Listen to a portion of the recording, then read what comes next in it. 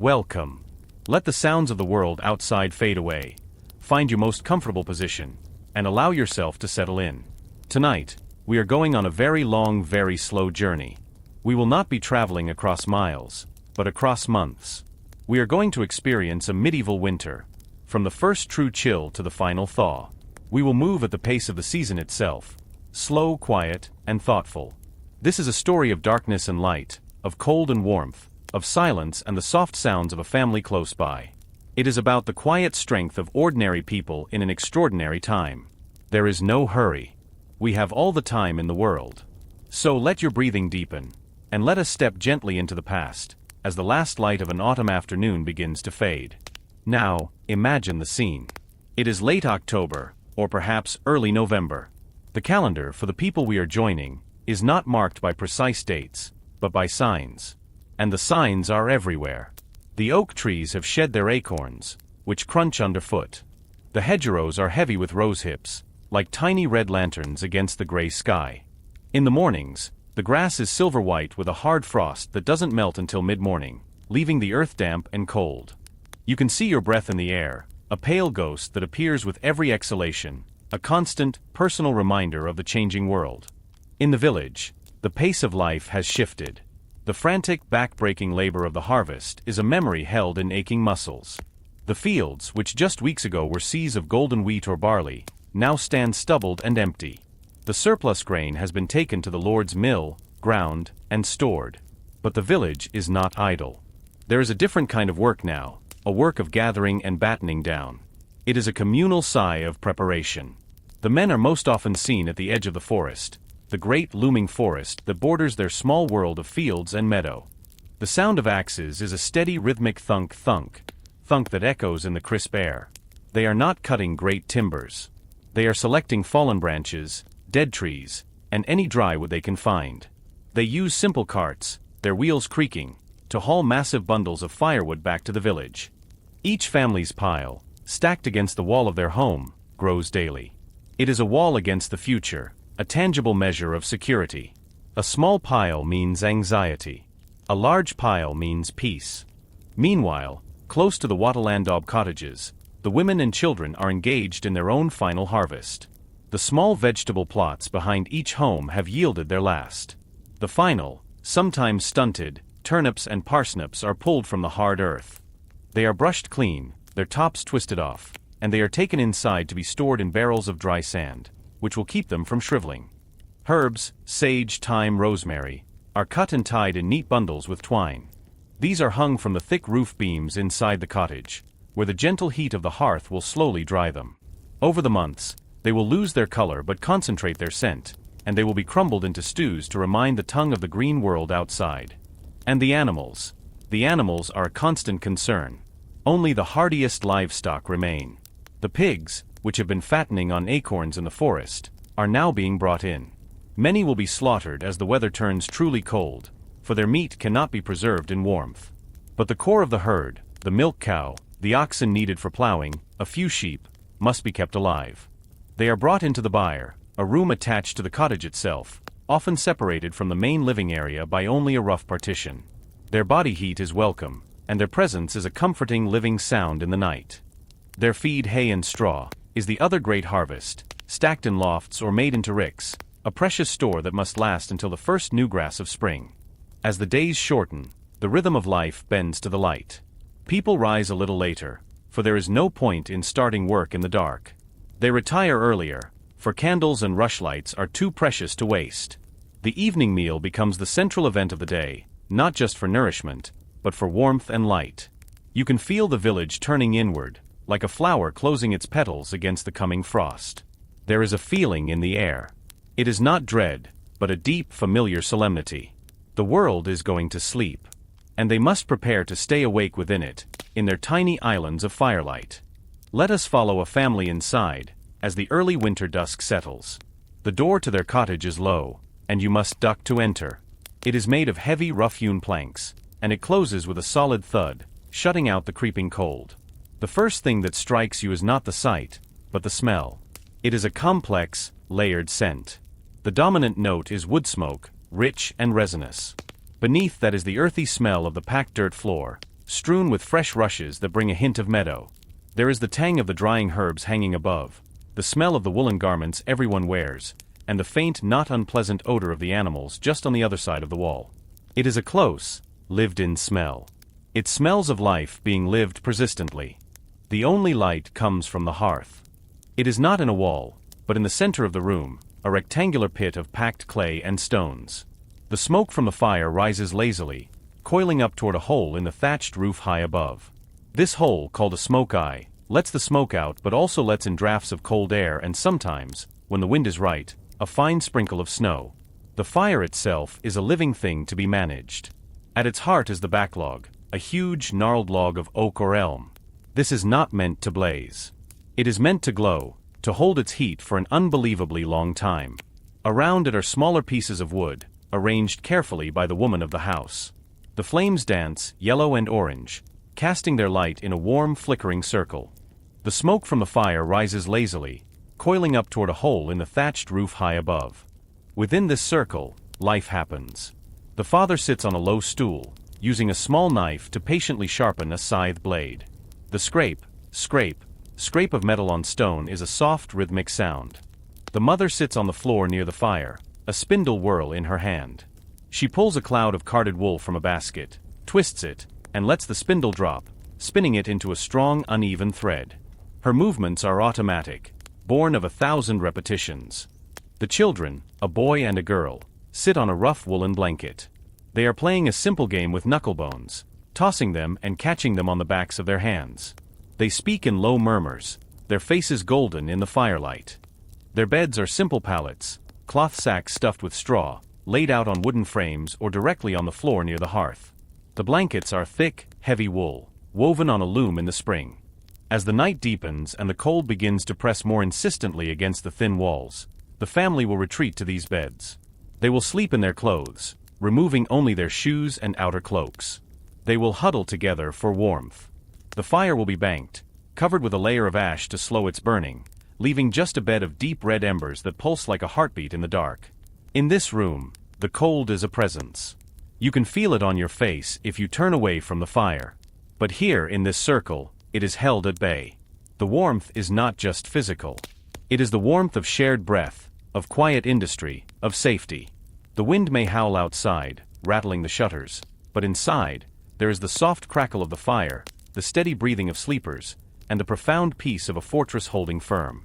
The food of winter is a story of preservation and simplicity. In the corner of the cottage sits the largest and most important pot, a cauldron of thick, blackened metal. This is the pottage pot.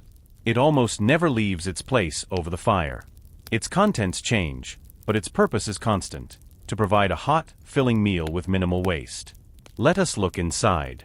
The base is a thick, porridge-like sludge of oats or barley, boiled long and slow. Into this, each day, goes a handful of chopped turnip, a leek, perhaps an onion. A piece of salted pork, hard as wood, might be tossed in to flavor the whole pot. The herbs from the rafters are crumbled between fingers and sprinkled in. Water is added from a bucket to keep it from burning. This pottage is eaten twice a day, at what we would call mid-morning and late afternoon. It is served in wooden bowls, sometimes with a wooden spoon, sometimes drunk straight from the bowl. It is bland, but it is hot and substantial. The coarse, dark bread that accompanies it is baked in a communal oven every few weeks. It is made from rye and barley, and it is so hard it must be soaked in the pottage or in ale to be edible. It is served in wooden bowls, sometimes with a wooden spoon, sometimes drunk straight from the bowl. The ale itself is a constant. It is brewed in the autumn from the harvested grain. It is weak, cloudy, and slightly sour, but it is safer than water, which can carry disease. It is drunk by everyone, children included, from wooden cups. There is no variety. No sudden sweetness. No crisp freshness. A stored apple, wrinkled and soft, might be a treasured treat on Christmas Day. A piece of hard, salty cheese is a luxury. For the most part, it is pottage, bread, and ale. Day after day. Week after week. This monotony is a kind of discipline. It teaches the body not to expect, only to accept. It makes the act of eating a functional ritual of survival, rather than one of pleasure. Yet, within that, there is a deep appreciation. When you have been outside, hauling wood with your fingers going numb, The first spoonful of hot pottage is a profound comfort. It spreads warmth from your belly outward. Sharing the pot, passing the bread, these are silent affirmations. We have enough. We are together. We will make it through. The world outside the cottage door is transformed. On a morning after a night of snowfall, you open the door to a blinding, silent whiteness. The familiar paths, the fences, the well, all are smoothed over under a soft, uniform blanket. The sky is a low, heavy gray, promising more. The air is so still and cold it feels sharp in your lungs. Sound is muffled. The crunch of your own footsteps is loud in your ears.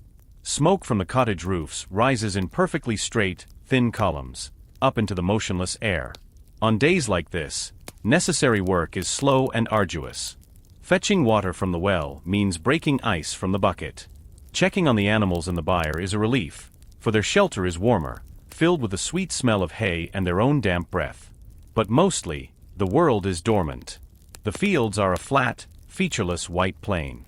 The forest is a collection of black, bony lines against the sky, its floor hidden under deep drifts. This is when the village feels most isolated, most like a tiny ship on a vast frozen sea. Travel is nearly impossible. News from the next village, or from the manor house a few miles away, stops.